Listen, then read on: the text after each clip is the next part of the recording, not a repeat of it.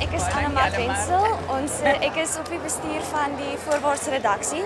Ons is tans die nommer 1 skoolkoerant in die land en ek is ook aan die aanlyn redakteur van die skoolkoerant en baie welkom.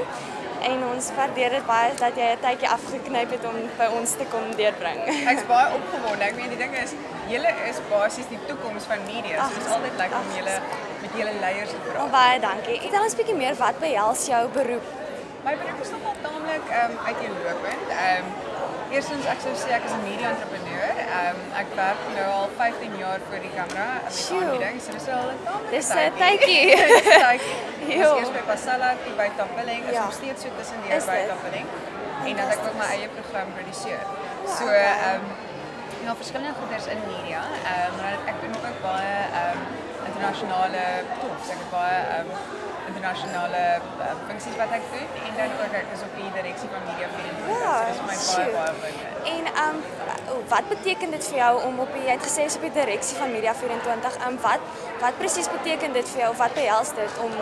Vir my die wonderlike ding van media is dis 'n industrie wat altyd besig is om te verander.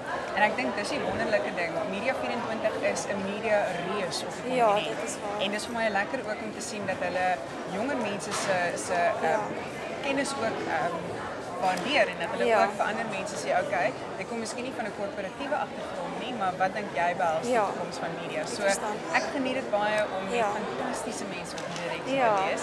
Byvoorbeeld ek is 'n groot, en nou kan 'n mens maar 'n lekker woord gebruik, ek is 'n groot fan of 'n bewonderaar van Esmee Weideman en ook professor Rachel Jaffa. Sy was eintlik my ekonomie dosent op die universiteit. So dis vir my 'n groot eer om met sulke mense op te praat. Nee, dis wonderlik. En vertel ons 'n bietjie meer van die nuwe projek waarmee jy besig is. Jy het vertel van dit. So vertel ons 'n bietjie meer. Ek is altyd ek hou daarvan om nuwe projekte te doen en op die oomblik werk ek op 'n sosiale media projek. Die naam is Social Star. En julle is een van die eerstes nou om eintlik daarvan te hoor, maar dit sal binnekort doods en die hele punt is om jong mense 'n geleentheid te gee om in die mediabedryf te kom om te leer van social media gurus soos Gareth Pond of Superficial Girl bloggers die nuwe media ook van hulle af te leer en dan 'n paar celebrities media mense wat ek dan saamneem. So ons sal na 'n fantastiese plek toe gaan en dit gee mense dan die geleentheid om te leer wat behels blogging, wat behels sosiale media, hoe maak mense besigheid uit sosiale media? Ja, ons sien definitief uit om dit te sien. Ek sal beslis vir julle weet, maar ek het al reeds vir julle nou 'n leidraad. Asseblief. Ja, en jy het gesê jy was 'n aanbieder op Pasela en Top Billing. Wat sal jy sê is die grootste uitdaging vir jou in die TV-bedryf en wat geniet jy die meeste? Uitdaging in die televisiebedryf, ek dink ek is baie bly dat ek baie vroeg begin het in televisie. Ek was omtrent 19 toe ek aangebied het by Pasela. En soos ek sê, dis nou al 15 jaar, so moet nou nie die wiskunde gaan doen nie.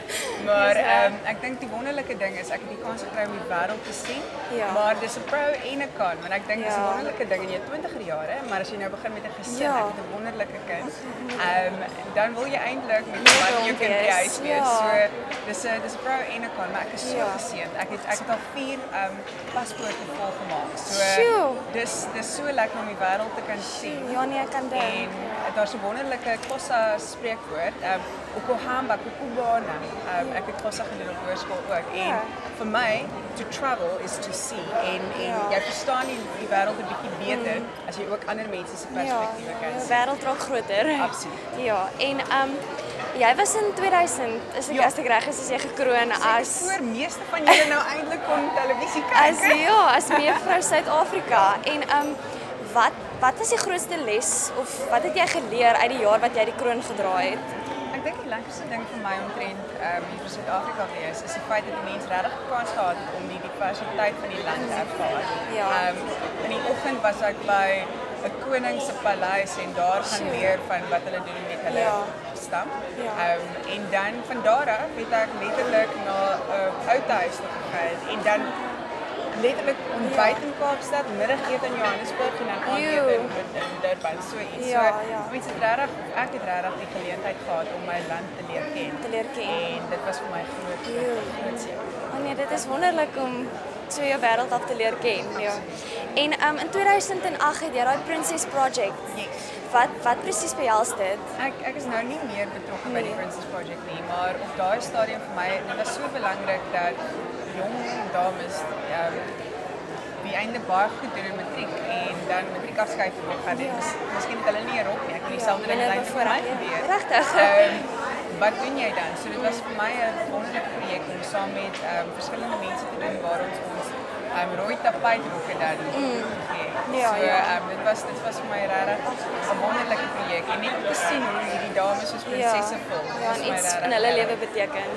Dis wonderlik. En watter raad het jy vir tienermeisies spesifiek?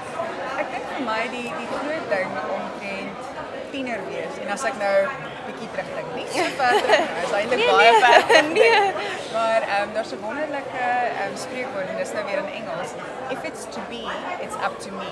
Ja. En ek dink baie keer 'n mens woon in hierdie tyd waar mense verwag, okay, iemand anders moet dit vir my doen. Nothing is promised. As jy iets wil if you want to achieve something in life, dan moet self dit eintlik doen. En daar's 'n wonderlike ander spreekwoord ook, dit kom van the book of life. Dis 'n instruction manual to life. En die ou skryf daarso, opportunity dances with those already on the dance floor. So as jy iets wil hê in die lewe, jy moet regtig so baie navorsing doen. Jy moet eintlik die vrae ken of die antwoorde ken op die vrae wat jy vra as jy weet dis die rigting waarin jy wil gaan. En jy het al reeds jou eie mikpunt of jou eie doelstelling en jy moet daar. Met die doel voor oë, ja. Absoluut.